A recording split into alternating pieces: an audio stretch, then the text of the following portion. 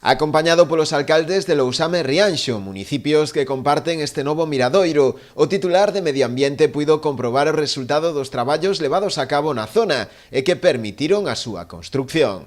A obra foi posible en parte grazas a unha subvención do Agader duns 40.000 euros.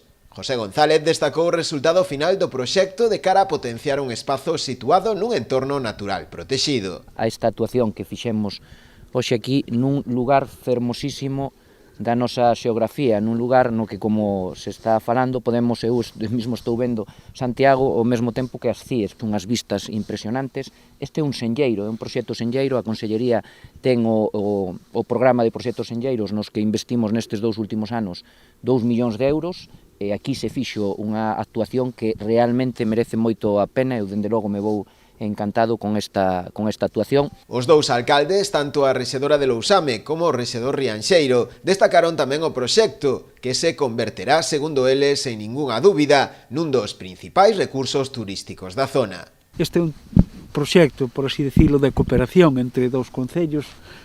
Prácticamente os límites pasan por onde estamos nós e sobre todo eso, poñernos de acordo.